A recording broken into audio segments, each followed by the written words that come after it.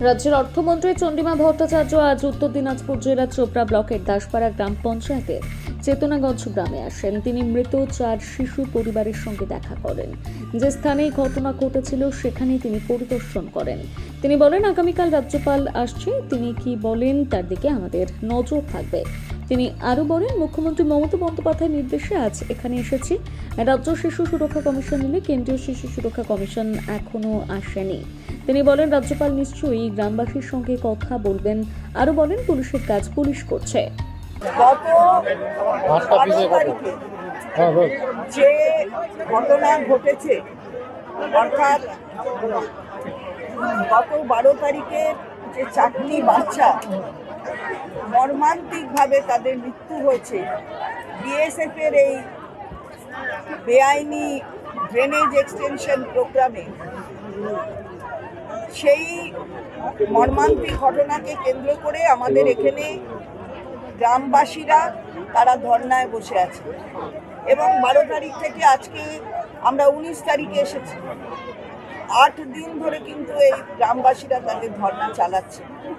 কেন এইভাবে মৃত্যুবরণ করতে হলো 4টে বাচ্চাকে, যাদের বয়স 5 থেকে 12 বছর? কেউ দেখতেই পেল না যে ওরা পড়ে গেছে। জেসিবি তাদের কাজ শুরু করে দিল। তাদের নির্দেশ দেওয়া হলো জেসিবির ড্রাইভারকে যে তুমি মাটি ফেলো। ল্যান্ডস্লাইড হলো এবং মাটি পড়লো, তাতে বাচ্চাগুলোর জীবন্ত কবর বলে বলা যেতে পারে। তো এই মর্মান্তিক ঘটনার এর তো একে ধিক্কার জানাবার ভাষা নেই।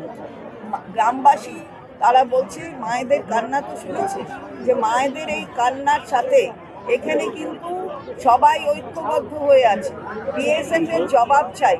বর্ডার সিকিউরিটি ফোর্স তাদের এরিয়া বৃদ্ধির সময় মনে থাকে, তাদের কত কিলোমিটার আরো বাড়াতে হবে, তার জন্য আইন আনতে হবে, সেসব তাদের মনে থাকে।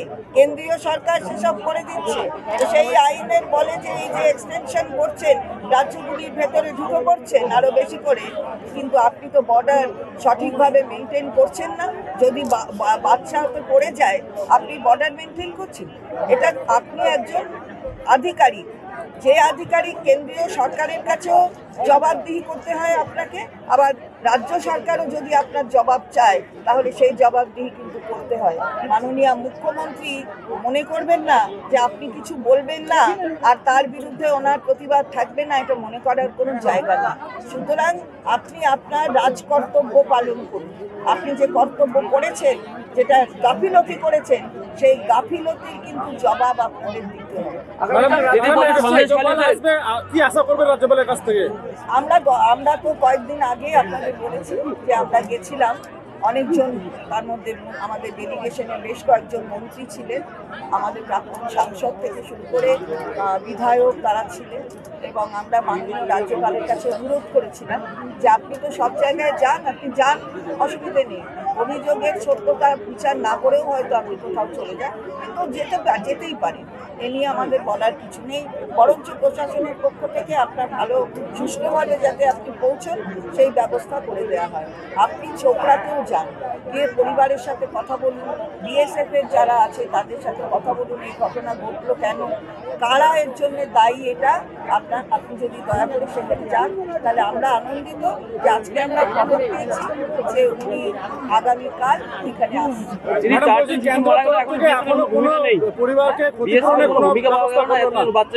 বিএসএফ এর কোনো ভূমিকা আমরা দেখলাম না, এই তো দেখছি ঘুরে বেড়াচ্ছে।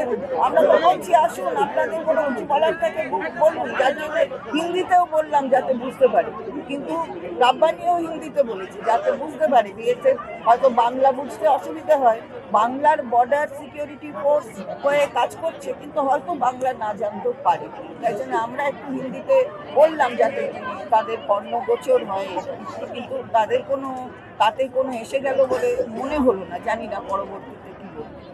ম্যাডাম, বলছি কেন্দ্রের তরফ থেকে এখনো কোনো পরিবার পিছু কোনো আর্থিক সহযোগিতা বা কোনো রকমের ঘোষণা কিছু করেনি কেন্দ্রের থেকে, কিন্তু আমাদের দলের নেতারা গিয়ে করেছে যা আর্থিক সহযোগিতা করার। আর্থিক সহযোগিতা তো একটা দিক, কিন্তু কেন্দ্র কোনো কিছুই করেনি। শিশু রক্ষা কমিশন আছে কেন্দ্রে, যেটা ন্যাশনাল চাইল্ড প্রোটেকশন যে কমিশন আছে, তারা এখনো অবধি তাদের আসার সময় হয়নি।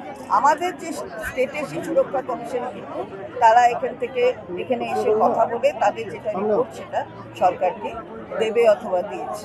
ম্যাডাম বলছিলাম যে পরিবারের একটাই দাবি বিচার, আদৌ কি বিচার পাবে? কাছে আপনি বলছেন রাজ্যপাল তার কাছে বিচার, সেটাই তো পরিবারও নিশ্চয়ই চাইবে, আমরাও সেটাই চাইছি বিচার, যে তাকে বিচার করতে হবে, বলতে হবে। আসলে যারা বিচার দেবে তাদের কাছে সেই কথাটা মাননীয় রাজ্যপালকে পৌঁছে দিতে হবে। আর বিচার যদি না পায়, সেই বিচার কেন্দ্রের সরকার যদি বিচার সঠিক না পায়, সে বিচার আদায় করতে হবে কিনা সেটা মমতা বন্দ্যোপাধ্যায় ভালো করে জানেন।